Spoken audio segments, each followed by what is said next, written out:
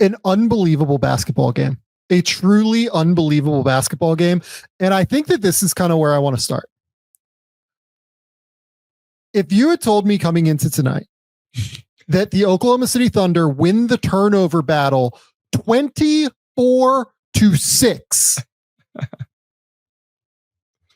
they took 16 more shots and 3 free throws more than the Indiana Pacers tonight. That is completely bonkers and batshit in an NBA game. And yet here we are, and the Indiana Pacers are up 1-0 in this series. There was never really even a point, I think, until probably about the 8-minute mark when they went down 8 with 8 minutes left in the fourth quarter, where I was like, oh yeah, like Oklahoma City isn't in control of this. You know what I mean? Because they get up 15 in the third. They kind of play with their food a little bit, frankly, it felt like. And you can't do that against Indiana. They immediately go on this little run to get it down to 8 with 8 minutes left.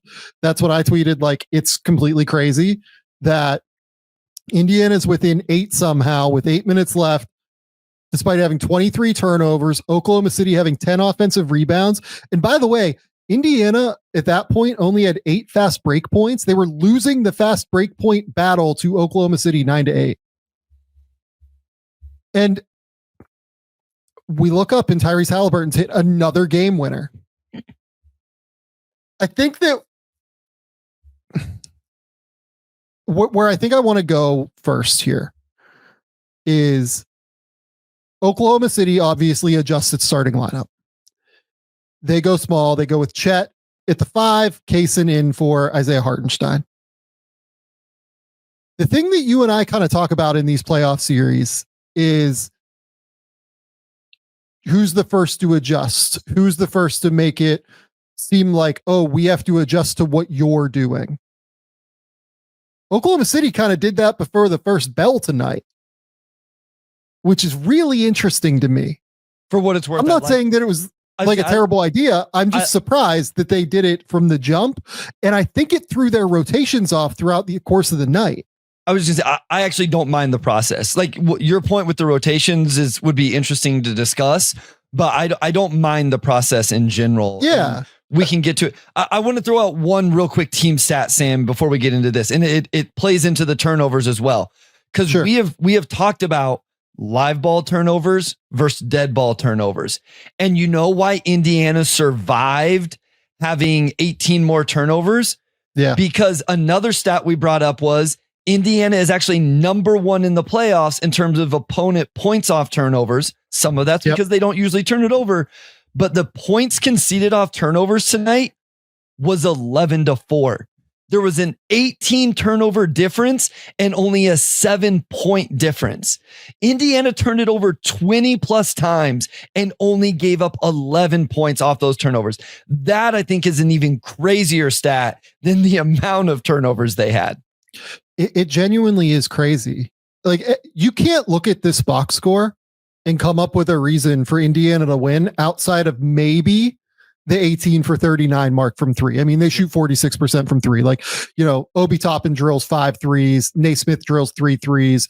Nembhard 2 threes. Turner drills 2 of them, one of which was a bank from like the break of like the corner and wing area, which is bonkers. Dribble. Thomas Bryant hits one from the corner. Yeah. But here's what I will say.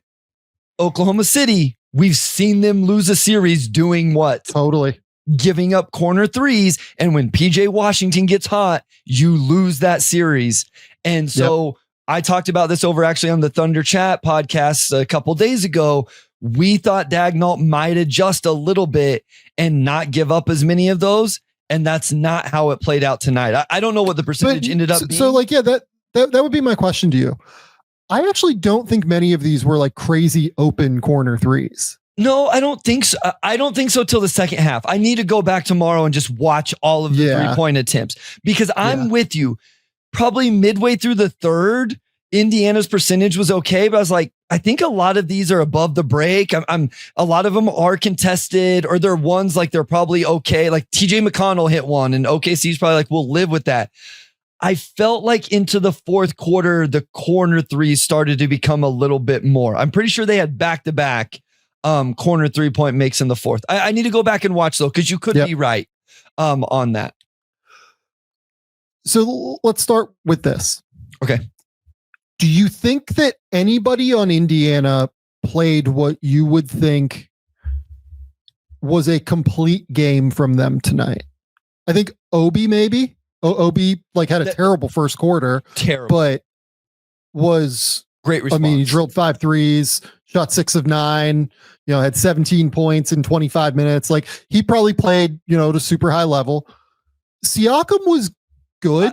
I think it was a B+ game from Siakam. In terms of what I think Siakam needs to be for them to win the series, that was a solid game. He didn't score 20. He had a huge defensive play late in the game. It ended up being a huge sequence where he gets the block on SGA. It was on Shea, blocks Shea, and then anticipates the Nembhard step back 3, beats Shea to the offensive rebound and gets the putback. So I thought B+ performance from Siakam overall. And honestly, I would have said probably B+ for Nembhard too. Like Nembhard, obviously made Shea work the whole night. And then in the fourth quarter, he kind of takes over, is the main ball handler. Halliburton goes off the ball more consistently. They're trying to, make sure that he is the guy that is handling so that, they're able to kind of open up the court a little bit more, utilizing Tyrese off the ball in some fun ways. I think that like his first half was not great, honestly, though. Like, I don't know that anybody on Indiana played like a complete game, which is almost more impressive to me. You know what I mean? Like, and real quick to the turnovers stat as well. They actually got it under control in the second half. They had 18 at halftime. They only had 6 in the second half. And as I was watching that, I said this to you before we started recording. The thing that stands out to me, that where OKC lost this game to me, was not being up by 20 or 25 in the first half.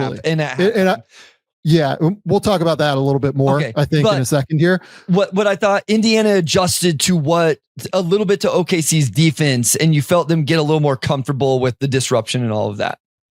Yeah. So like, and I don't say this to like shit on anybody on the Pacers. I'm actually saying it the other way.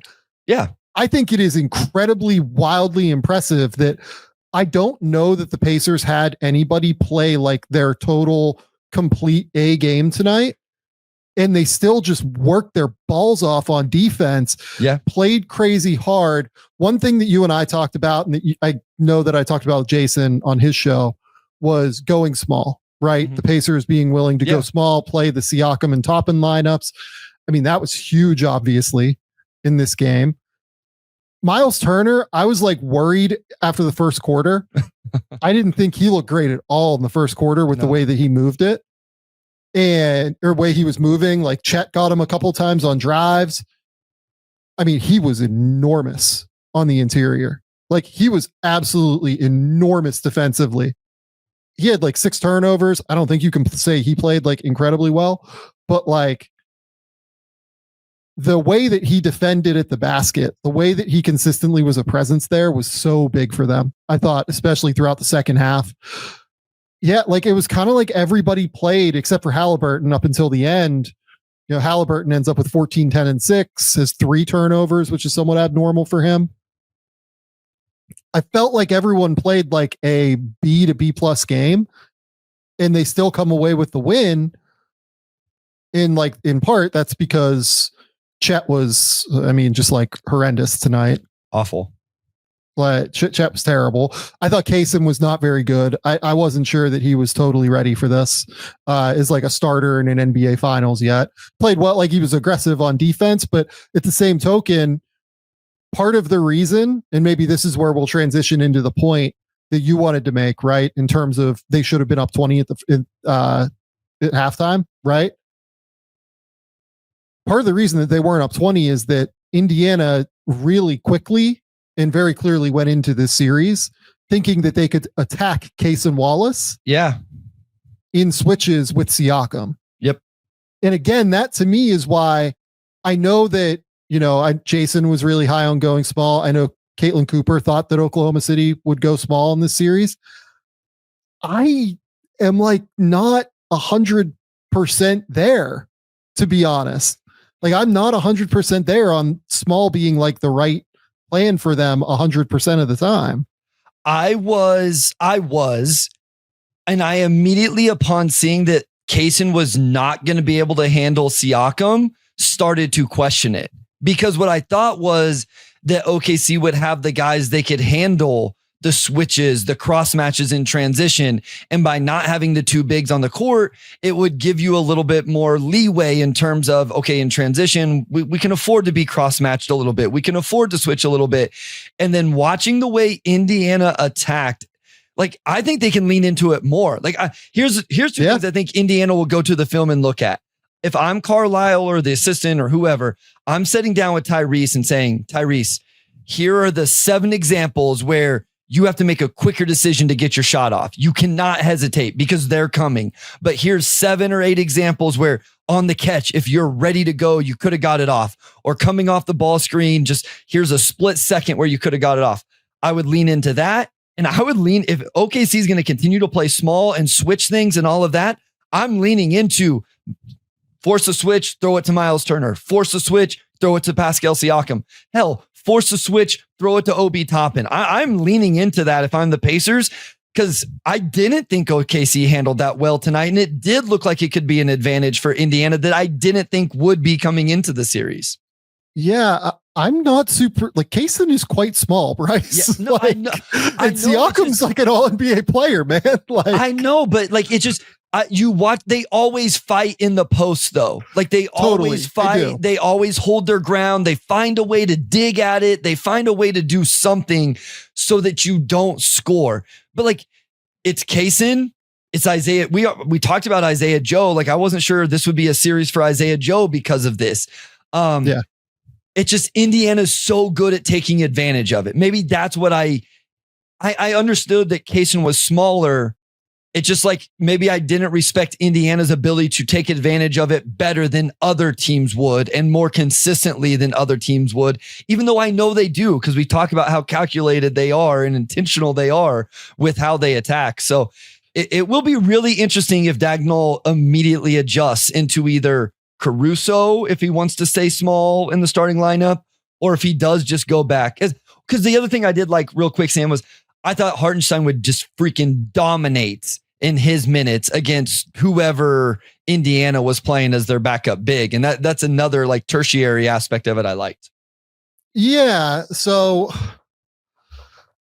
I think that the thing that, like, people look at Siakam and think we can guard him with Jalen Williams. And I think that, like, when Jalen's on him, it's okay.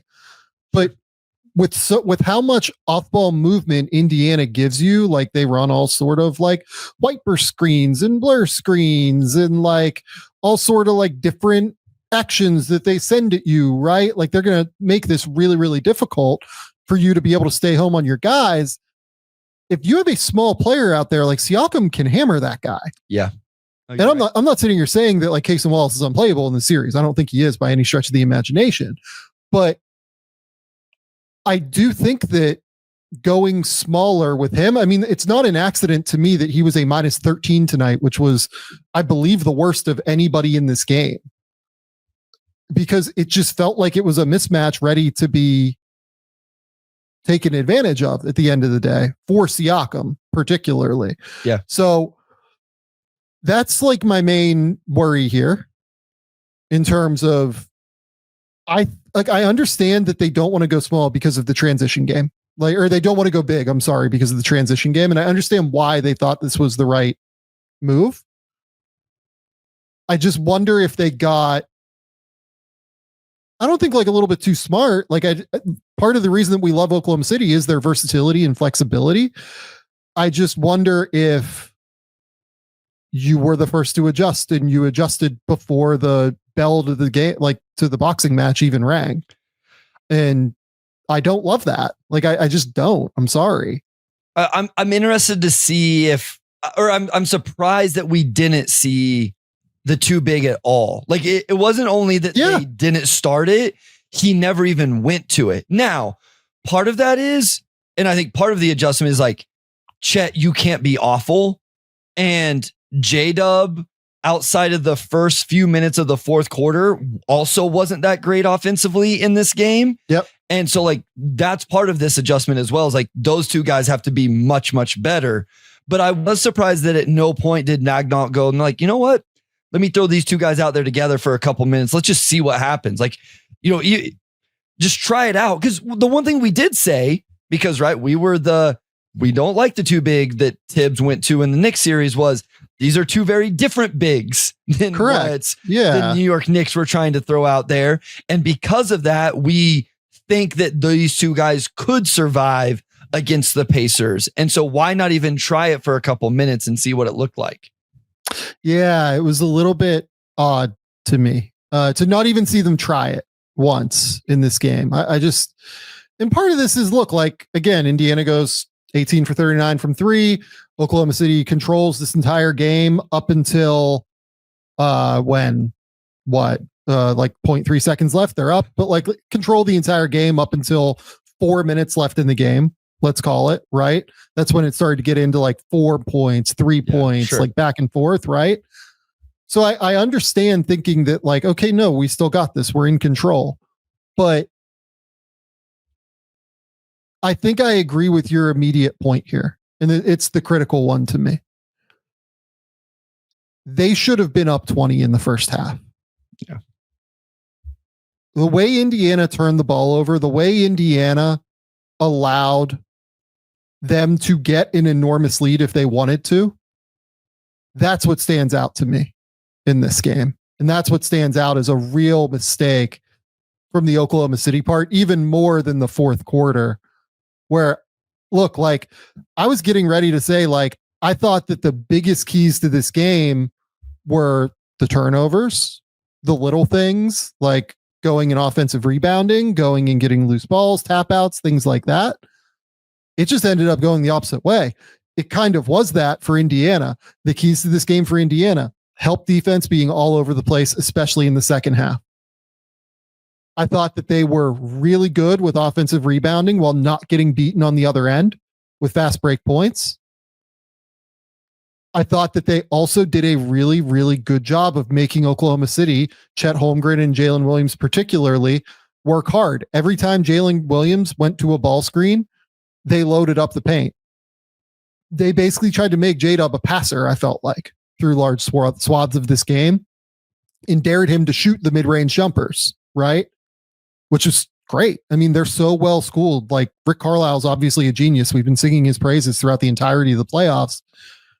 I do think that, again, like, this was a great Rick Carlisle game as compared to Daigneault, who, we've been questioning now over the course of this first 20 minutes that we've been talking about this. So, I mean, I'm like a little bit thrown by this, to be honest. Like, I thought Indiana could win game one for sure. Like, I'm not like stunned that they won game one.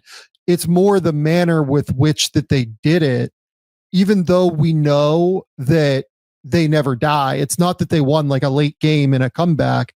It's that they won a late game in a comeback where they turned it over 24 times, didn't force a ton of turnovers on their end, only won the offensive rebounding by 3, got outshot by 16, clearly like got obliterated in the possession battle, and still found a way to win. I mean, we've done this episode before, Sam. We did it 2 weeks ago whenever they came back in game one against the New York Knicks and stole that one. Yeah. The difference was it was a little easier to point to Aaron Nesmith going Curry mode, completely bonkers. And in that one and pinpointing that, but like, and frankly, like the other piece of that is too, Oklahoma City is a better team than New York. Exactly. This was very surprising to me because it's funny. You get your takes ready, right? Like I was ready to come on and we were going to rave about Shea, right? I assume if they win this series, we're going to rave about it. And I had my like very specific points that I wanted to point out. I had like this play about how he changes the momentum and the energy of his planes of movement and all of this stuff that was going to be really, really fun to nerd out on. And I was going to say then, but the next two guys I want to talk about are Isaiah Hartenstein and the way he was in ball screens and Lou Dort's impact in the game. And then all of a sudden here comes the Pacers and all of that gets thrown away and doesn't matter anymore because they steal a game. And again, this is what's beautiful about it. Like this is what I love about our game. And I love sometimes when I don't understand it, Sam. Like whenever I'm sitting here feeling a little inept because I feel like I need to watch the game a second time. I think I do too. Yeah. You know what I mean? To like fully understand what happened and why it happened and how it happened. To like get a full grasp of that. I feel like I need a second watch, at least of the second half. And look, like the game that this is extremely reminiscent of it's not just Indiana, right? Like the Denver series game 1 is like, in the last couple of minutes of that game, I wouldn't say it's like a carbon copy, but like it's pretty fucking close, guys. Like, Yep, you're right. It's very similar. Like Oklahoma City up basically the entire way, winning basically the entire way. Denver just kind of chips away, gets it to 9 with 4 minutes left, gets it to 7 with 3.5 minutes left, gets it to 4 with 2 minutes left, right? And then Jokic drills a 3, and then Shea makes a couple of free throws, and then all the craziness with Aaron Gordon's 3 and everything happens, right? But like it's not wildly dissimilar to me. Sure. No, it's a good call. And I do want to talk about Halliburton's shot. Yeah. Everybody knows how clutch it is. I don't think we need to like emphasize that. That dude was hounded all game long on the offensive end and was attacked all game long on the defensive end. And I hope people appreciate, and I think most do, the emotional, the mental wear that has on a player at this stage where he's never been on the road, where you're the underdog. Everybody picked against you, essentially, including us. And through all of that, the ball is in your hands with 6 seconds and your coach doesn't call a timeout and you go pretty much straight isolation and then just have everything you need to stop, rise up, and knock down that shot. The mentality to do what he did is incredibly impressive to me when you take into account the magnitude of everything in that moment. Throw in also that he played 39 minutes in regulation tonight, which is more than he played in any regulation playoff game to this point in the year. Yeah. Really, really, really impressive. And like the other thing is too, 10 rebounds from Halliburton. Sure. On a night where, like, especially in the first 3 quarters, they really struggled to deal with defensive glass.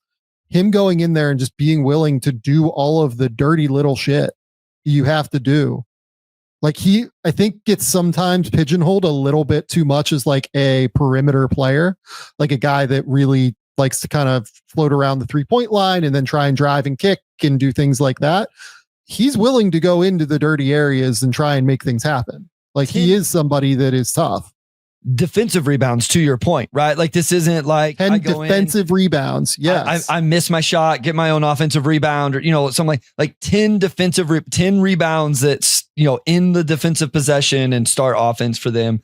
Again, it's a really impressive performance. And again, where I think if you sat down with him, I think if you went back and just with a fine tooth comb looked, I think there's 7 or 8 opportunities where it's like, Tyrese, you got to be a little bit more decisive if we want you to get 19 shots off instead of 13. And I think those were available, and I'm interested to see if he can find him, if the coaching staff can show him those, but huge shot, just so impressive.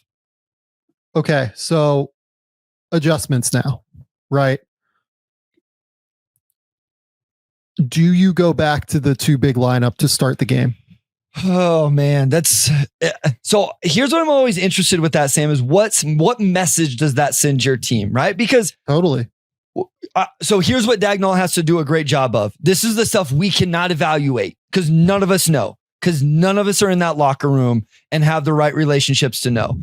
Dagnall has to be able to read his players. He has to be able to read Case and Wallace, and he has to be able to tell, if I go back to that 2 big lineup, is my team going to go, man, our head coach is grasping at straws. He doesn't know what he's doing. And do they lose confidence in that? Does it lose confidence? Does Kaysen lose confidence in himself because he started 1 game and then got pulled from the lineup? Or is it actually going to give him confidence because now he's coming off the bench so like, I think I want to say yes, because I think I would just go back to it. but you have to read the room and know your team to the extent of how is that decision going to affect the psyche of each player involved and the team overall in terms of their confidence in me and my decision making. So I go to the 2 big lineup for what it's worth. And there are a couple reasons why I do it. A, I think that they are disciplined enough in terms of their transition defense to where they are able to get back and like make life a little bit easier. Like as soon as Shea drives, you have to make sure the court is balanced, right? And I think their court balance generally is quite good. Like they are so much more intentional with their transition defense and court balance than what the Knicks are, right? Sure. Number 2, I think a really important factor of playing small here, and I think a really important factor of why they were so able to make Oklahoma City like a jump shooting team tonight. Because that's what I felt like it turned into, like a lot of mid-range jumpers, both from Shea and from Jalen Williams on top of the threes, right? I think it's actually a little bit harder for Siakam if you play too big on defense than it is if he's able to kind of sag off and like be on Lou Dort, right? That was so. As soon as they came out in it, I paused the game for this very reason, because I wanted to reconcile. Okay, what does this mean for Pacers defensive matchups? Who does it make it easier on? Who does it maybe make it harder on? And I put that in my notes was now Siakam can be this really good off-ball defender. And I know Dort hit 5 threes tonight. And listen, I love Lou Dort. I thought he was really good defensively. Off-ball defense. He had the biggest defensive play of the game until it was no longer the biggest. Unbelievable transition stop on Naismith. Or Neesmith. I have no idea how that happened. Sick. But it did. I had the same thought as you, Sam, in terms of the matchup it put Siakam in. Yeah, I think it just made his life a little bit easier defensively to be able to roam around and be able to be that like menacing help defender at 6'9" to 6'10", you know, being able to do all of these things. So I like the 2 big look and see what it looks like for the first 6 minutes of the game. If it fails, you know, you have 42 minutes to be able to get it back. You know what I mean? Yeah. Like give it a shot and see what it looks like. And again, to me, it's that you're going to what works. And I get it that if you look at any of the advanced numbers for the Oklahoma City Thunder in the playoffs, all of the like single big lineups are the ones that are successful. But the reason for that to me is that it allows them to go to like the J-Dub Chet lineup, you know, without, you know, having, you know, really high level rest. You know, I'm not saying they didn't do that in this game, but like, you know, you feel rhythm going to the Chet and J-Dub lineup to start the second quarter. Like, you know, AJ Mitchell came in at the start of the second quarter or like, you know, I love AJ Mitchell, but that's something that he hasn't done a ton of. Right. So I would get back to like my normal rotations. I think if I'm Oklahoma City, it was weird in that way, right? Like Kenrich Williams came in and played 1 minute and then sub back out.